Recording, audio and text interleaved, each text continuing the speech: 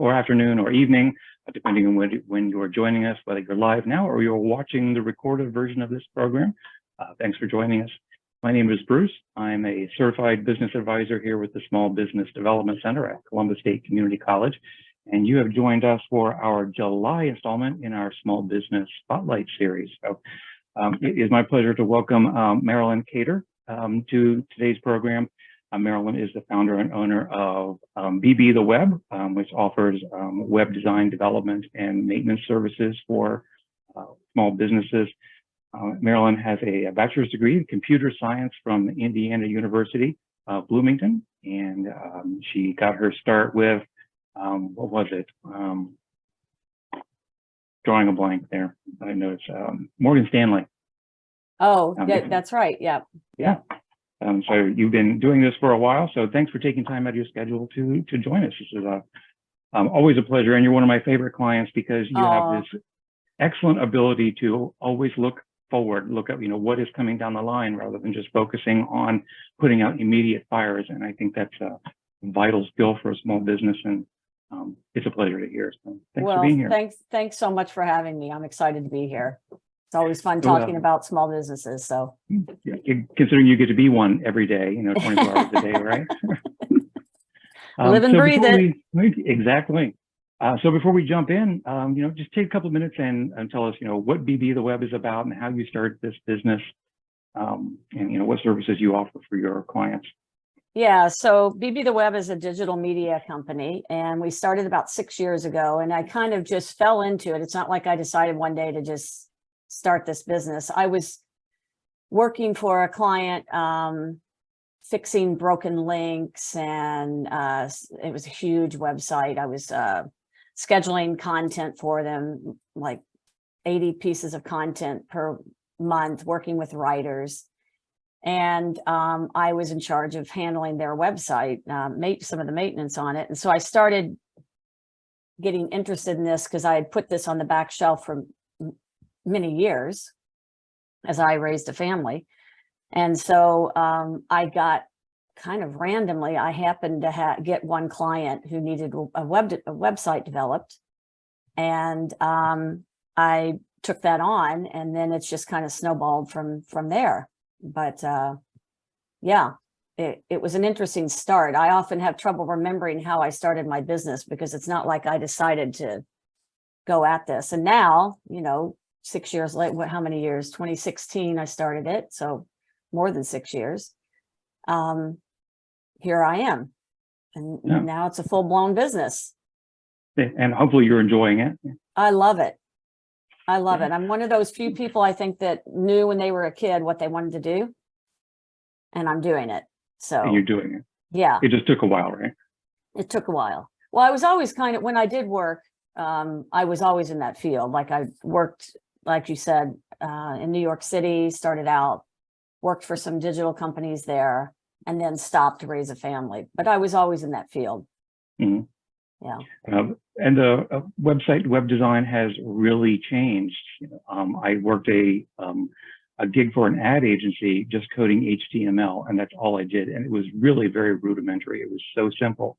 And I know you and I have talked about, what has evolved since that happened. And now there's everything from, multiple coding languages and different platforms, and then even legal requirements that website businesses have to address relative to their websites.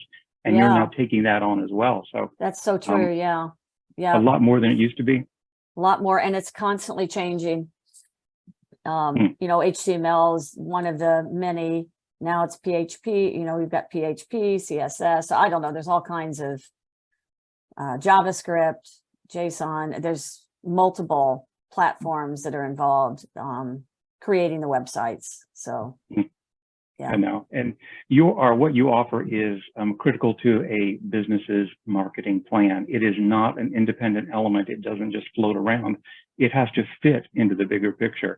And you are part of that program. So, going back to, you always ask really great questions. So the information that you and I discussed relative to BB the Web, you apply that then to your clients. So it makes you more integral, more important to what it is that's happening.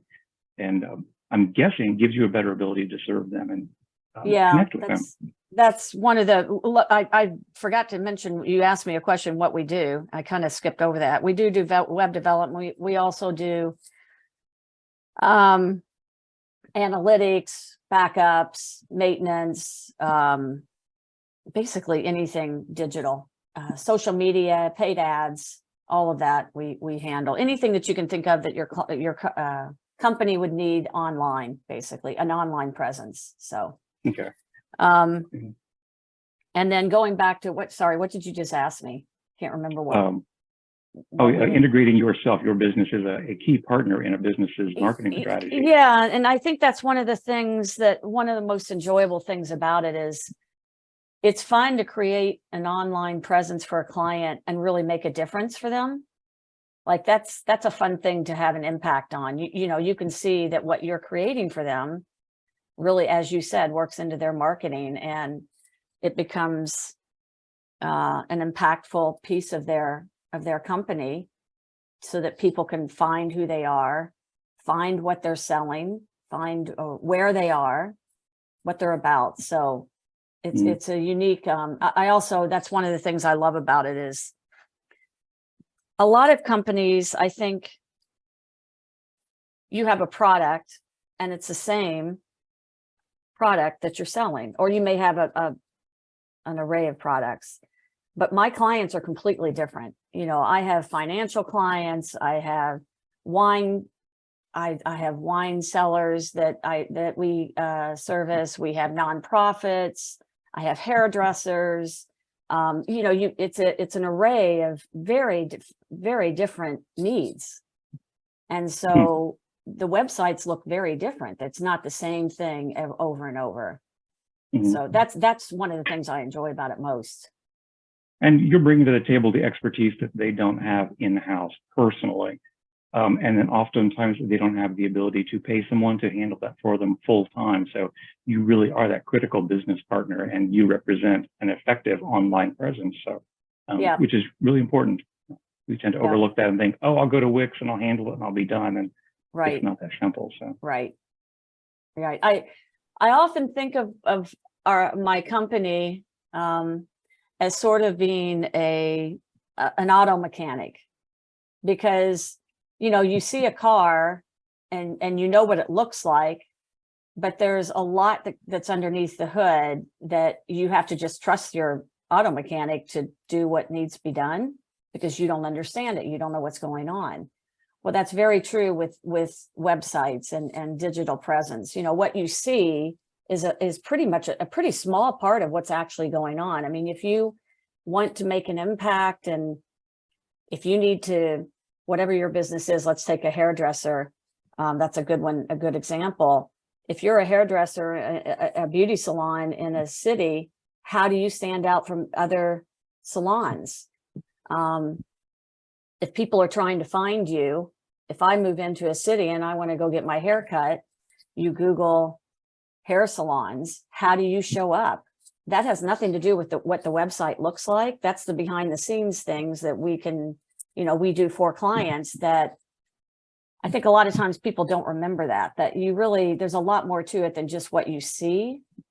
A lot of it is behind the scenes, making sure that you actually have that true impact and get known in your area. So, and that impact, you've mentioned that a couple of times, which is also really important. It's fine to have a website to pay somebody to create that for you, but if it isn't doing what it's supposed to be doing, which is driving business, driving sales, you know, what's the benefit? Why is it there? Right. Same thing with social media. I was thinking about a woman I worked with. She was actually my physical therapist, and she was a phenomenal physical therapist. And she started her business, small business. She was the only one working there. And she was great at putting out videos on her practice. You know, like how-tos, or if you have this issue. And she still does this. She's actually very, very good at it. She spends a lot of time doing, I mean, that's ideal, right? That's exactly what you want. But I've noticed what's happened over the years is she's gone too far. She's put too much stuff out there, and it's becoming not valuable. And so where she used to have I don't know, 50 or 60 or 70 people view her video. Now she's gotten to that point where it's, let me think of the term, user fatigue, where when I get one of her messages, I just automatically delete it because she sends so many and it's so often and it's so overwhelming. I don't have the patience anymore to look at it. So, you know, you have to have that fine balance of it being really useful, and not going overboard. So right, the difference between adding value and then self-promoting. And exactly, it's easy to over self-promote. So. It's easy to over self-promote. Yeah. Yeah. Really, and I think you have to have really valuable content. A lot of times people think, well, if I just stick something out there, that's what I need to do. But that's not true. And the other, again, it's behind the scenes. With the website, Google's looking at that. And if your content's not good and solid, they're going to push you down in that, you know, instead of you showing up as the 6th hair salon, you're now down at the 30th hair salon of somebody who Googles you because your content's not right. So there's a lot more to it than I think people actually realize than just seeing what's on the website or social media. You know, it's not something you and I have talked about, but you know, developing content for social media is such a challenge for a small business when you have everything else going on. You know, keeping it fresh and keeping it engaging and maintaining the integrity. So, like you said, it's not just dropping something out there because you are scheduled to do something on a Thursday, but making that thing relevant and valuable, like you said, without wearing out your audience. So. Without, user fatigue. That's right. Yeah. It's a delicate balance. Any insight into how you make that happen? Because I hear clients complain about this a lot. Oh, I'm so tired of doing this. You know, how do I come up with fresh ideas? Yeah, well, I think, well, that's funny. I was thinking of it more from us because we do, you know, when we do it, what we do is, I think it's good to have a plan. I think it's good to talk to your client, or if you're doing it yourself, you know, decide what it is that you want to bring to your audience that's paying attention to you, that's on brand, that's really who you are. And you're right, it can get hard to come up with those ideas. But if you can think about leaving the client with something that's actually of use to them. Like for me, it's very easy. That's part of my new plan, my new marketing plan for this year, which I keep by my desk every day. I have to look at it. But I think sorry, I lost my train of thought. We were just talking about social useful media. Content. Yeah. Yeah. If you can come up with something that you're leaving them with something that's actually of use to them, that's the key. Sorry, I totally lost where I was going with that. Yeah, I think that's important. That really is. Is it something you're going to take beyond this moment that's going to resonate with you? Even if you don't remember it long term, at this moment it resonated with you, and you associate that value with the brand. So yeah, I know what I remember now what I was going to say. Constantly, there's stuff going on in my world that it's like, oh, I need to make sure all my clients know this. And so I'll tell my clients. And a perfect example was Google Analytics, which I think most people are familiar with, right? Do you know what that is? You know what that is, right? Yeah. I think people would know what that is. Well, it just was grandfathered, and it was replaced with something called Google Analytics 4, and it went away July 1st.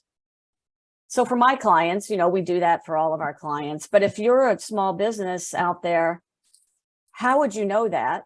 And how would you know how to change it over? You're losing all your analytics if you don't change it over. So things like that happen for my business all the time. So it's very easy for me to come up with things that I know that are very useful to a lot of people, that I can just put something out on Facebook or Instagram. Hey, make sure you understand that this is going away. There's a piece that's valid and useful to people. And it's, you have to think of it that way. What's useful to them. Sure. And you and I talked a while back about accessibility and the potential for lawsuits because a website isn't accessible. Exactly. That's not on a client's radar. Oh, it's a pretty No. website. They're happy with that, but they don't think about. Yeah. ADA compliance. That's right. Making sure that it's, and a secure website. So there's also that. And what was the other one you and I talked about? WordPress updates. Oh, the back ends are just, the plugins those have to be done 3 or 4 times a year. And if they don't, the website quits working, or you get malware, or, all those things have to be maintained. There's a lot of maintenance on the back end. Yeah. And you do an excellent job of keeping that on your client's radar so that they understand these things are essential to, business continuity. So it's not like a Wix. You just build it and leave it there and then hope everything's just fine. But again, you're really being that critical partner in their business's, long-term success and their brand. Yeah. So you have a lot going on. You have a family, and like you said, you took that break to raise the family, and now this is what you do. But how do you stay passionate about what you do? How do you stay enthusiastic and engaged when you have so many clients and you also have contractors, employees, and family? So how do you stay passionate about what you do? Yeah, well, again, that's a funny question, because to me, I never even think about that. I love it. So I've always loved coding. It's a fast-paced, it's constantly changing. My world is constantly changing. So it's very, there's always something to learn. There's always something different. When I was talking about the job I had before this, where I was fixing broken links and doing maintenance or doing content posting I was a content manager. I was posting content. I did that for about 3 years, and it took me about, 9 months to really get a handle on it. And then after 9 months, it was so boring because it was very monotonous. It was really interesting until I figured it out. And then when I did, I was like, oh my gosh, this is the same old thing over and over. And I don't feel that way at all about what I'm doing now. I think it's because there's constantly a different problem. There's very little that's, I keep thinking, okay, how long have I been doing this? And eventually it's just going to be the same old thing, but it never is. It never is. It's always something different. I have a client right now. They came to us and they want to do a bus campaign. They're putting their logo or their advertisement on the side of a bus, and it was where they were taking people was a third party, so they couldn't use that URL on the side of the bus. It was too ugly, and they needed something that was on brand for them. So they asked me to create an on brand, a URL for their website. Well, I did. That was fine, no problem. And we were going to put that on the side of the bus, but then we realized we couldn't collect, and they wanted very specific. They wanted to know how many people were looking at this bus, and it wasn't worth it to them. They really wanted exact analytics on it, which normally, if you were just going to that third party, like the third party company could have easily given them that analytics, but they didn't have that option. So we had to figure out a way to get analytics on the back end. And I looked at it, I came up with a solution, and the client didn't like my solution because it was 2 steps for the user. They had to go to a page and then click on a button, and they were like, no, we don't want it to be 2 steps. We want them to put that URL in and it goes to where they're going to. So they didn't like my solution. I was like, okay, well, that's you've taken me, you've maxed my skill set out here. You're out of my wheelhouse. So now let's take it to the developer. So we did. So we took it to the developer. She was able to add her thing, but then we had to get the analytics guy involved. So it took myself, the analytics guy, and our developer, all 3 of us. I mean, we worked on that for like a week and a half to come up with this. It was a brand new problem that I'd never faced in the 7 years or whatever that I've done. And that's constantly happening. You think you're going to know it, and then there's something else that comes up. You thrive on that challenge. I love that challenge. I think that's what I like. Yeah. And there's something about, there's a group of entrepreneurs that love the challenge of starting a business and getting it up and running. And once everything is settled and it's operating, then they're ready to let that go and go on to something else because they love that challenge. You just happen to be in an industry that is always evolving and is constantly challenging. And like you said, every client is unique. So you don't know what bag of problems they're going to be bringing to you. So it suits you. I have no idea. That's right. And you have to be that kind of person, right? Other people may not like that, but I do. And you and I met earlier today, and we were talking about the evolution of a small business. So you're very much a part of each business, your clients, as they are evolving as well. So, the business that you started with 6 years ago is not the business that you have today. Can you talk a little bit about that? What does that look like, and how do you cope with or manage that constant evolution for your own business while you're helping other businesses achieve the same? Yeah. I think as a small business owner, some of the basic foundations of being a small business owner, I think it's really important that you learn. You have to have vision. That's, as I've developed as a small business owner, you have to be able to think in the future, and you have to project, what is my business going to look like a year from now? What's it going to look like 3 years from now? What's it going to look like 5 years from now?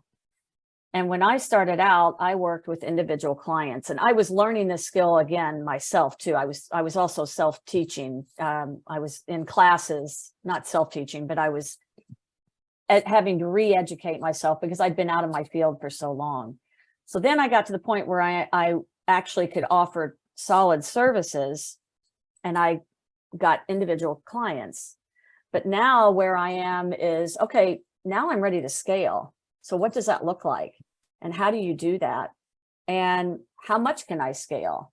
And you and I were talking earlier about, I have this interesting prospect right now going on where one of my clients that I've had for many years, they're a nonprofit out in California, but they're a part of a national organization, and they are one chapter, and there are over 100 chapters nationally.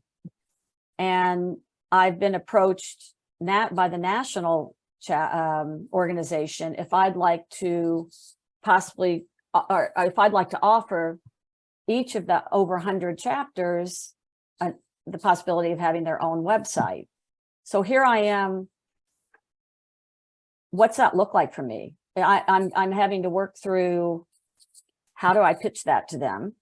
What do I say? How do I speak to 100 people? I know exactly what in my head, I know exactly what it would look like, but how do I communicate this to people in a way that's important to them? And what's going to happen to me if I now have to take on an extra 5 clients, 20 clients, 50 clients? I mean, that it's a whole bag of, where do I go from now? If I actually get this, how do I handle it? I'd have to hire. One thing I've been thinking through, my developers, I've got that, that's fine. That they can take care of. But billing, I couldn't. If I'm now billing 60 or 80 clients a month, I'm not set up to do that. So I'd have to scale that quickly. How do I make this worthwhile for us as a company? How many clients do we need? I'm putting together, I need to at least have, I think I worked out, I need to get at least 12 because I need to keep the price down for these chapters. So I had to work through that and figure out, where's my price point? And you and I have talked about, making sure that you have employees on staff that are within your range. So having an employee that needs a Manhattan income serving a Midwestern client probably isn't a wise strategic decision. So you become HR and finance, and you're writing job descriptions or conducting interviews, and it's so much more than just taking on additional clients, and it works itself out. Yeah. Yep. And I think that's one of the biggest things as a small business owner. You can think through, you have this idea, you want to be a company, and you decide to become a small business, but it's really hard to think through all the things you don't know.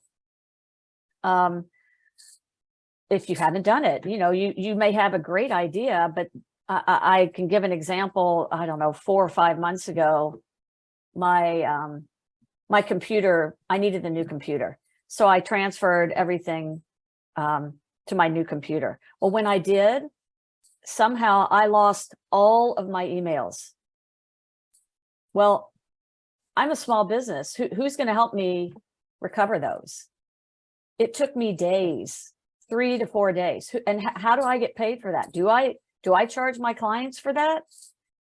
Not really. I can't justify charging my clients because my email went down. So I never thought through that as a small, when I decided to go into this, there's always things that come up that even though I try to plan, there are things that I don't plan well for. And how do you handle that? Support is huge, I think, for small businesses. Thinking through how you're going to support your business, both for accounting, technically, whatever it is that you need support for. You have to try to manage that. And as much as you try to think about it, it's hard to remember to figure it all out ahead of time until you're in the middle of it. Yeah. So it's really just getting in there, walking on those hot coals, walking through that storm. Not making the same mistake twice.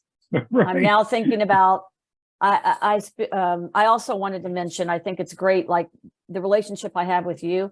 Your relationship with me changed my business. You came, I think you and I started working together at a perfect time. I don't know if you remember, I think one of our first conversations, Bruce, you asked me to describe my business. And then afterwards you said, so you basically do web service for clients, and they don't really have a lot of money, so you don't really charge them for your time appropriately, and you kind of are in a nonprofit, without a lot of economics behind them. And you said to me, and you're happy with that?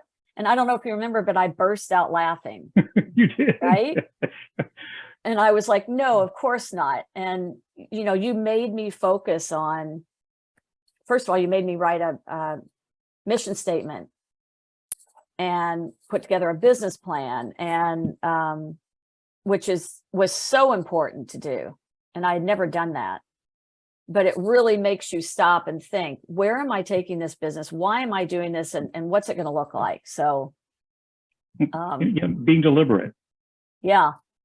Yeah. And when you're putting out fires, like I said, you're always forward looking, which is, I just love it. Instead of focusing on just putting out those fires, but being deliberate about where it is that you're going and having that mission, that vision for yourself and your future. Yeah. And you do an excellent job with that. Go ahead. Well, I like doing that part of it. The other thing I think is, I think it's really tough for small business owners, but you have to trust if you have people working with you and for you, you have to trust them. And you have to hire people that, you want to be able to go away for 2 weeks and your business not fall apart. Eventually you need to have people that can handle what's going on. Mm-hmm. And it's hard to delegate that, especially when it's your baby, and you're having clients speak to people that are working for you, and you're like, you can't be crossing your fingers. You have to know that they're going to be able to handle it. So I think it's really important to delegate, give up that control feeling, and trust the people that are working with you. Any advice for a small business that's approaching that issue, learning how to trust employees and delegate responsibility? Well, for me, and I think this is probably very true for most companies, I tend to hire people that I know can interact well with our clients. And I remember talking to a guy, he was a data guy, a data analytics guy, and he was really sharp. And I asked him, I was like, okay, what about clients? Are you comfortable getting on Zooms or, are you comfortable interacting with clients? And he said, no. And I didn't use him. And I thought it was a aha moment. I need to have people that are comfortable and that are willing to talk to clients. So, and that would be true if you have, if you're a brick and mortar, or you've got to have people that are, are going to be on brand for your brand, for your company. I also think it's important to try to cross skills so that you have more than one person who can do the same thing, so that I can give an example. We have social media campaigns, and I have a couple people that do those for me. And one of our staff is great at the creative. Like, she loves doing the wine sellers, the wine clients we have, wine distributors. And another one is a nonprofit for epilepsy.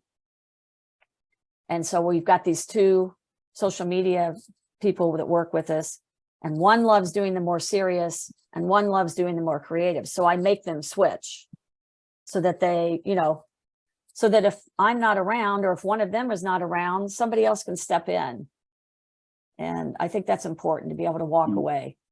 And like you said, be on brand. So if you don't become stale or so rigid in your style, you can't flex that muscle in another market. So right. And I think it's also really good for the people that are working with you to know that you trust them. That's really important. Don't always have such a hold that, they're thinking, oh, okay, I know she doesn't trust me. I had a meeting recently, and I was in the car. The meeting was going to start at like 6 o'clock, and I was talking to the client, and I was saying, I'm not going to be home. I'm not going to be there. I'm going to be 5 minutes late. And there was my analytics guy was on the call too.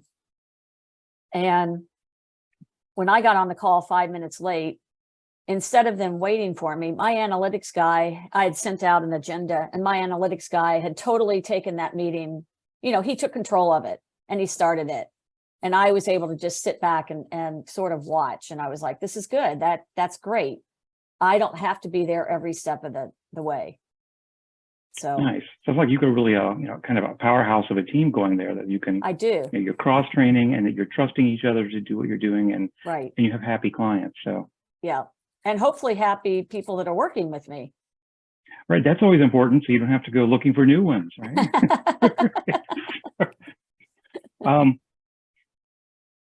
Let me check my questions here. Things that we always want to hear from every client. What's a piece of advice that you would love for everyone to know before they started their own business? Oh, I think that there's way more in it than you going in. And I think it's important to try to put in billing for things that you can't anticipate. A contingency for all of those little surprises that creep up along the way. What we always say in our startup programs is it takes twice as long, costs twice as much. Yeah, research things that you don't know that they're going to come up. Sorry, I think it's hard to anticipate all that, but when you're starting, that's a good point, because it's the importance of self-education for a small business owner. And like you and I were talking about earlier, it's not just hanging out that shingle and you're good to go. It's this constant process of always, figuring out what's happening, solving new problems, learning what's going on in your industry and the people in it, and those changes that you may not always see coming, but you need to be aware of them. So that evolution of your small business. So. Yeah. Fortunately, you thrive in that environment. So good. What surprised you most about running your own business?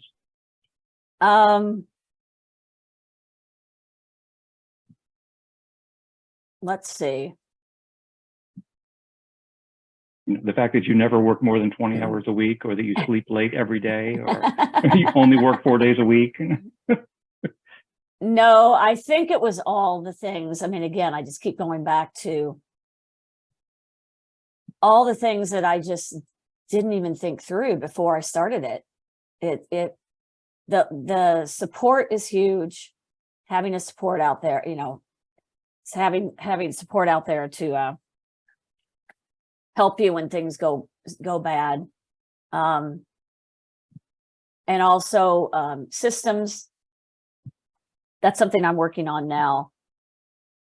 I think you really need to have systems in place, and those developed over time for me. But had I been forward thinking enough, I should have put them in place at first.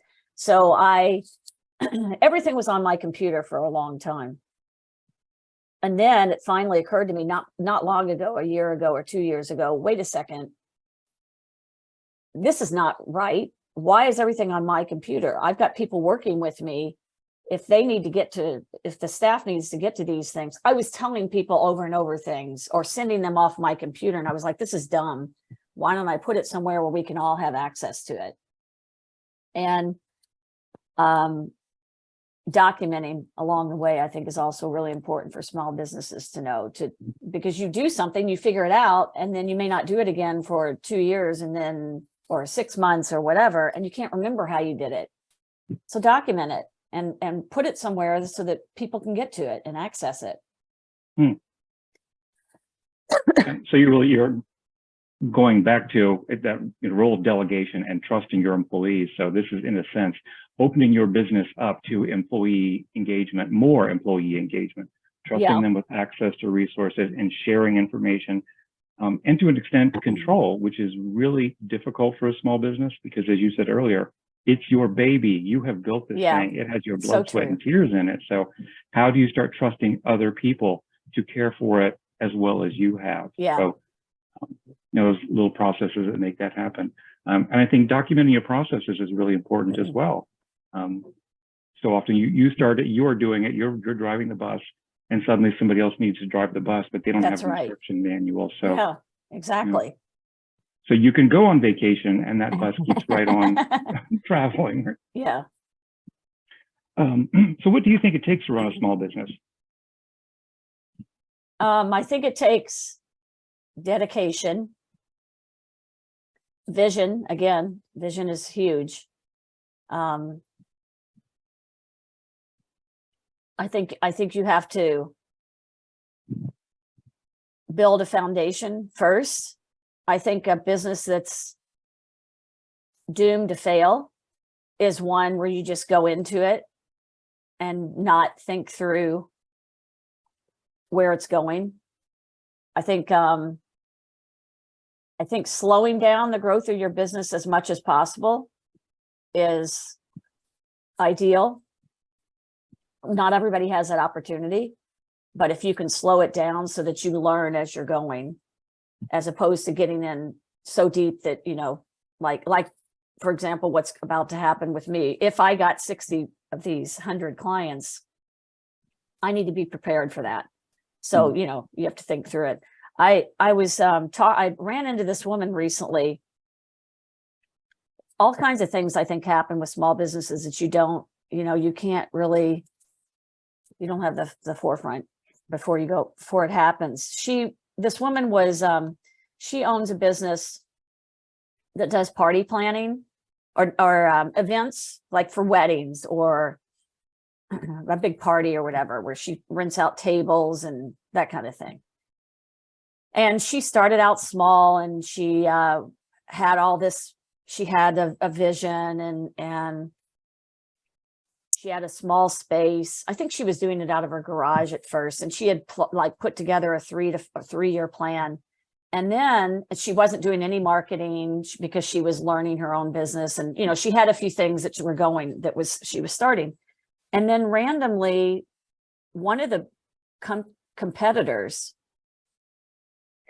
that was ranking much higher on social, online, something happened where they couldn't provide, I don't remember if it was a flood or something, but their warehouse was kaput. And so they recommended her. And so all of a sudden her business exploded. Like it went, I don't remember how much bigger, but she said she was so not ready for that. And she was now in the process of playing catch up. It was great, but she said she had to, overnight, she had to buy a warehouse and stock it. And because all these clients that had been with this other company now were looking towards her.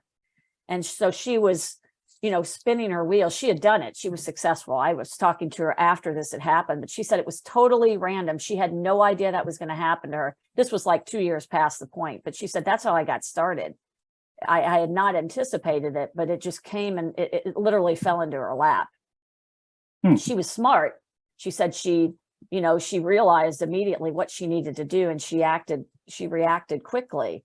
But I think that's the success to being able to keep going is you've got to anticipate the unknown. And you're describing the difference between scaling and exploding. And what matters is, do you have the stamina, the determination, and the skills to contain or at least control that explosion so that you're successful instead of just obliterating your business? So. Exactly. She could have easily gone out of business because she didn't know how to handle that, but she didn't. She held on and she made it work. That's great. And I love that you're describing this controlled growth, and kind of, pulling back the reins, slowing it down a little bit so that it gives you the opportunity to ease into that rather than letting it be imposed on you. And then, like you say, do you have the bandwidth? Do you have the manpower? Do you have the hours, the infrastructure to make this opportunity successful as opposed to defeating? So that's really important insight. Thanks for sharing that. Yeah. And going back to delegating, another conversation you had early on with me that was very telling was accounting. And you asked me, I was having trouble, figuring out how to do my accounting. And you asked me how much I valued myself on an hourly rate. And then for accounting, you said, you realize, you can pay someone $20 an hour to do that for you. So I think it's important to understand what your value is and when it's time to delegate that task that you've been doing because you were the only one out there for a while. And as you move, or even as you're growing, think that through and put that in place first, so you're not trying to play catch up on these little things that you could spend your time doing as you're building your business more effectively. You could spend your time doing other things. Same thing with platforms. I think platforms are the same thing. Think through your systems of what do I need? Accounting was one of my big ones. For a couple of years, for 3 years, I had a free accounting. I was using a PayPal free business accounting program. And again, I think it was you who talked me into, okay, you're probably ready to scale that. You need to, get a more robust one. And it made a huge difference. It was definitely worth the, a couple $100 a year that it's costing me. But thinking through the systems that help you run your business is also very key, I think. And a lot of times I get those from talking to people like you. I think it's very important to have mentors. I would say it's necessary as a small business owner to have mentors and talk to other small business. I think talking to other small businesses and asking them, how do you handle your customer relations? If you have hundreds of clients, where do you put all that information? How do you handle, for me, a big one was time tracking on our projects. How long is it taking you? How do I know how much to pay my staff? How long is it taking them? So they have to keep track of their time. I keep track of my time. Where do you get that time tracking software? it's important, I think, to be able to talk to other people, mentors and other small business owners, and ask them how they handle things the day to day. And so you're describing a network of mentors. If I'm working with someone, I will always encourage them, talk with another advisor on our team, talk with a mentor someplace else, with somebody else in the industry, because the more resources you have, the more information you're getting, the more support you recognize and you feel, so you're not isolated. And then you're talking about lots of metrics here. So, you're introducing more and more of those, and it gives you the ability to determine, it's like going to the hospital. And one of the first things that's going to happen when you go into the hospital is they'll take all your vitals, because they can't make any decisions if they don't have those vitals, that information to act on. So getting this information out of your accounting software and understanding, what is costing us, what is not making us money, what can we do better, Right. Gives you the vital statistics to have a healthier business. Yeah. And we, as small business owners, tend to overlook that. We just look at revenue and then we're good to go, and we hope that we're profitable. Yeah. And you and I've talked about that as well. It's just, no, we need more information. Yeah. Well, and as a small business owner, if you don't reach out and talk to people, you take yourself down a path, and you're going down that path, and you tend to keep going, and it's really hard to have the insight to step out of that path and look in, and mentors do exactly that. I found that talking to other people really helps me look at things that I would never have looked at them in that way. So one of my mentors I'm working with right now, it's a woman that she's actually my roommate from college, and she owns a business in combined space. She rents out space to counselors. So she's got like, instead of office space that you rent out, she rents it out to counselors. She's a counselor herself, and she's a couple of years ahead of me in her small business development. So she's gone through a lot of the things that I'm going through right now, and I find that she's a really good resource for me, because she's just ahead of me. And then I have you, who gives me another perspective. You work with tons of small business owners. And then I work with my husband, who is a much larger scale.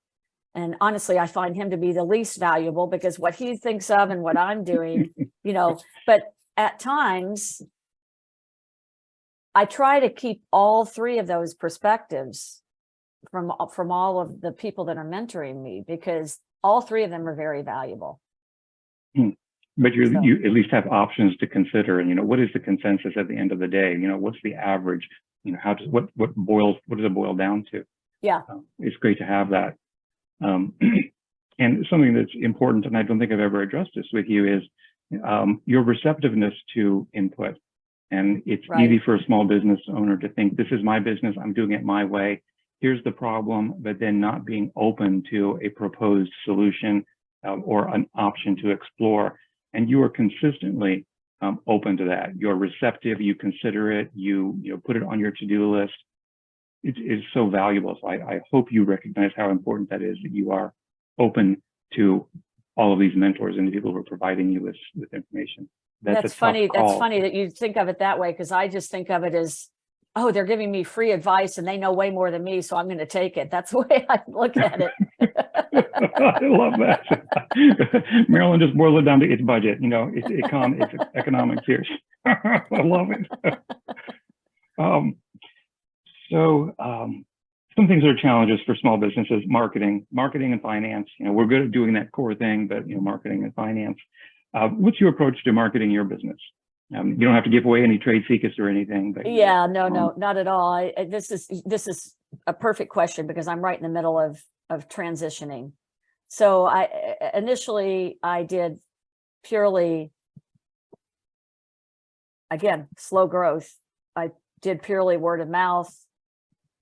Initially, my only marketing was I belonged to a chamber of commerce, which I think is a great resource, in that they put your company on their website, and sometimes people use Chamber of Commerce if they're looking for a business. They'll go to the Chamber of Commerce and see who the Chamber of Commerce is promoting. But I think initially that's how I got all my business, was through just word of, started out just Chamber of Commerce, then it was word of mouth. And the other thing that I used initially was workshops. I would go to national workshops for my platforms. WordPress is one of our biggest platforms. And so WordPress has huge national meetings, and I would go there and be around all kinds of people doing exactly the same thing I was doing.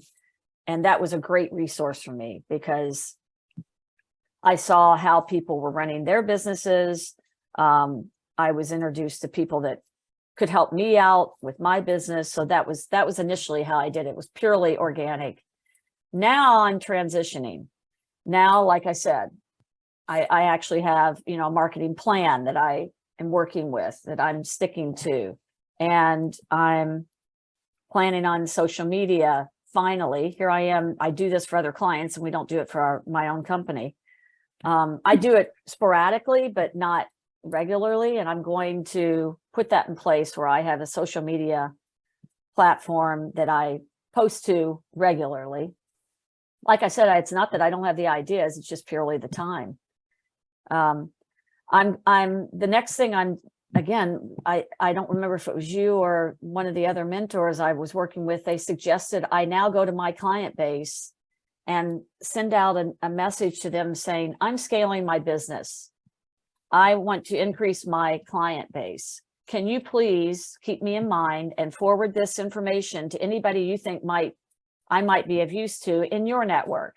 What a great way to, get yourself out there. You've got all these clients that respect you, and you ask them, if you can think of anybody, if you run into anybody that you think could use our services, please, forward our information. Mm-hmm. And then the other thing I'm getting ready to do is the client base that we have, all of a sudden we're getting these niches of customers. And I'm like, why are we not doing this on a national level? So now I'm going to start going after, instead of individual businesses, it's going to be more a sector of a business. Instead of the local regional, go after the same kind of client, but on a national level. So that's how I'm planning on scaling. And my marketing plan is headed in that direction. And then further on, this isn't really marketing, but I also like to think about, as we said, where's my business going to be in 5 years? I'd like to get I love the coding part of it and the technical part of it, but I think to keep my business going, I need to step out of that.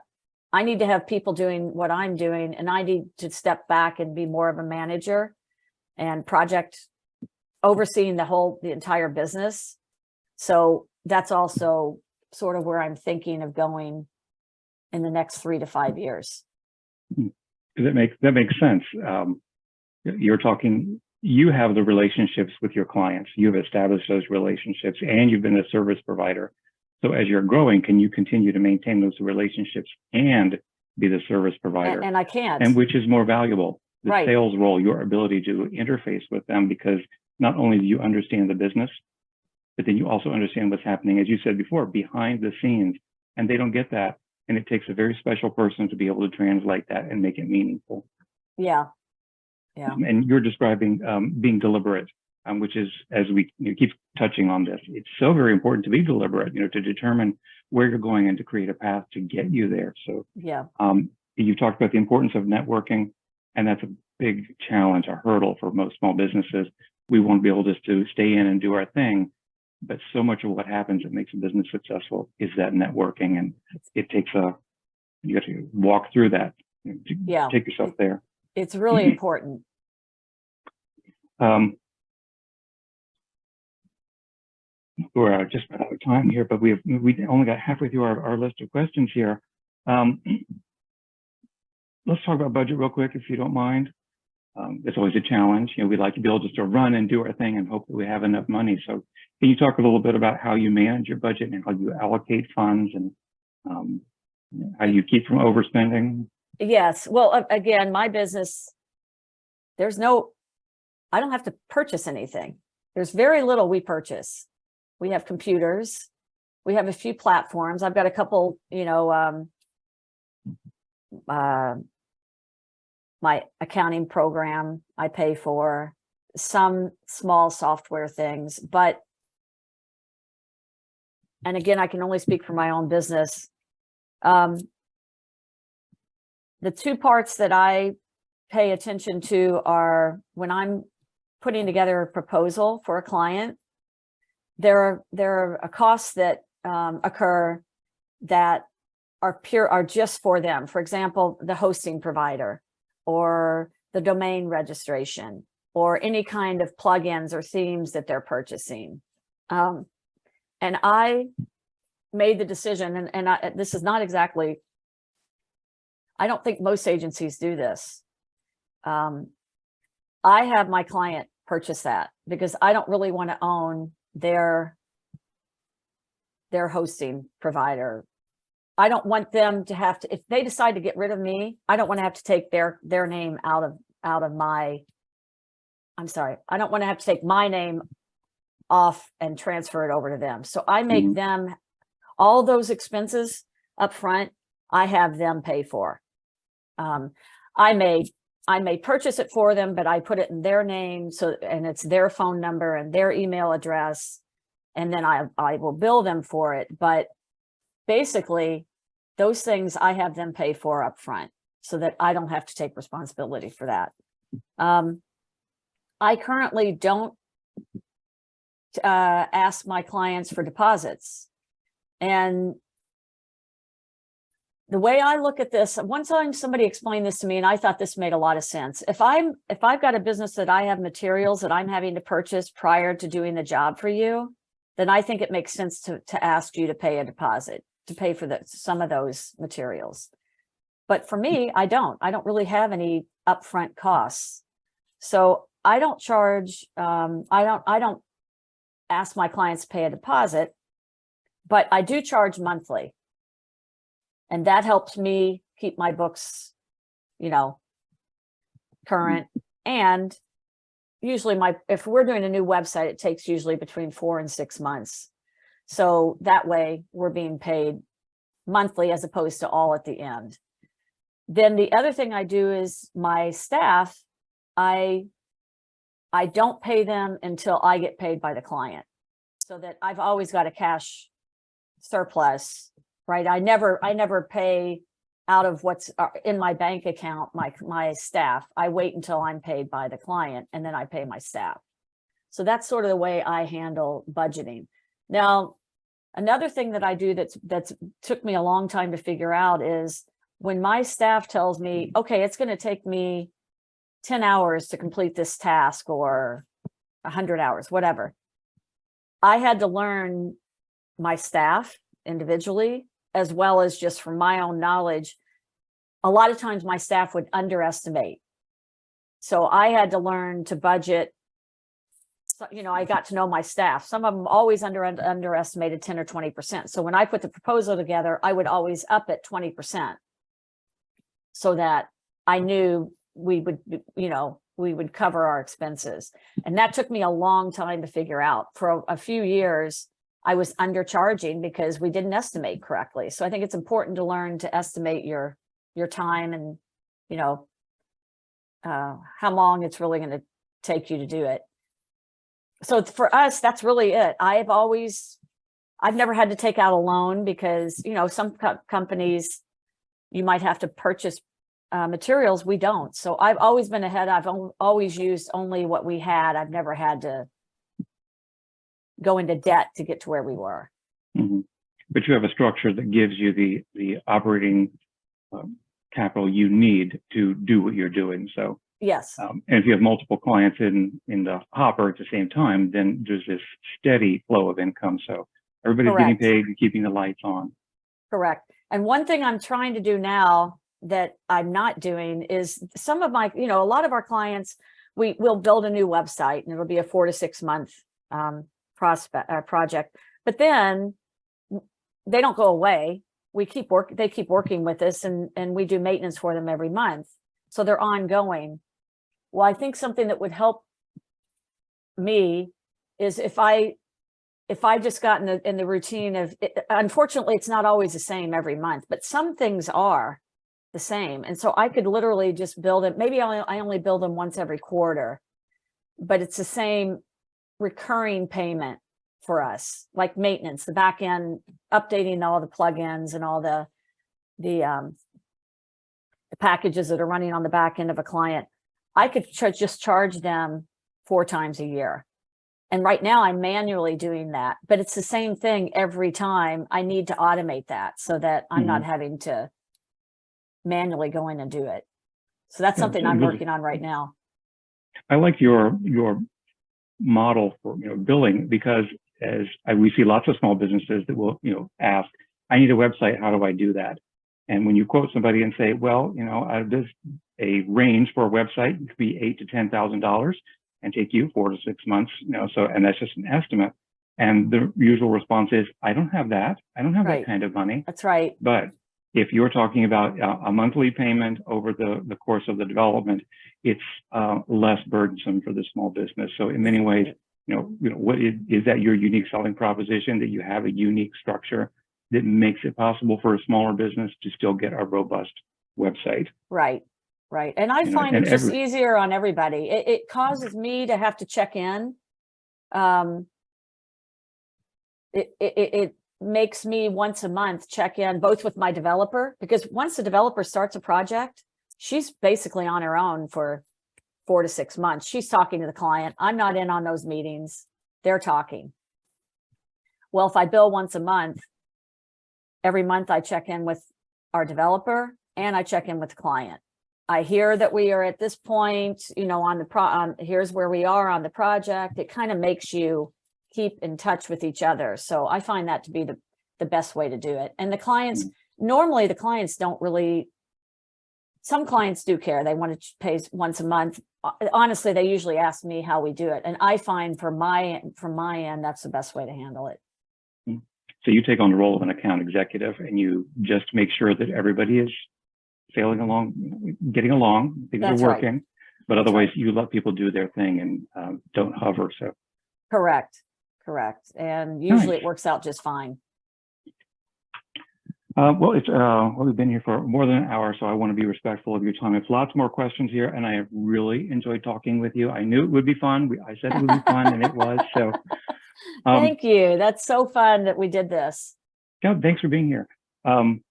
Yeah, so we'll close with that. Any piece of advice you'd like to give a small business owner before we close? Just a single piece of advice that you think could really make a difference for them.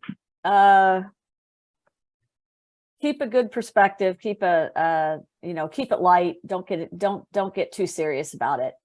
I think that's that's a way to keep it moving forward. Yeah, is excellent. Don't take yourself too seriously about it. And we all do that, don't we? Yeah. Well, especially when it's your livelihood at stake. Exactly. That's right. That's right. Excellent. Well, thanks for that. That's really helpful. Thanks again for being here, Marilyn. It has been a pleasure, a delightful conversation.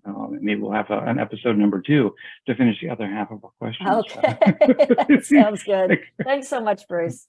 My pleasure. Thank you. Have a great one. Yeah, you too. Take care. Bye-bye.